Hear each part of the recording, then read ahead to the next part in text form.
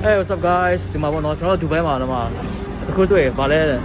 kindness fridge တဲ့ဒီမှာ please don't keep outside food in this fridge ရေးထားပါလေဆို free food for those in need တဲ့မရေးထား free food ရေးထားပါတော့ free food for those in need တဲ့ဒီမှာအလကား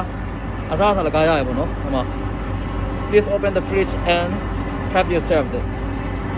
မကြည့်လိုက်ရောဘာဖြစ်လဲဆိုတော့တခုမှမရှိဘူးဘာမှမရှိဟုတ်လားပြောတာပါလဲဆိုတော့ kindness fridge ဘာမှမရှိဘူးစကွက်လာပြောင်းသွား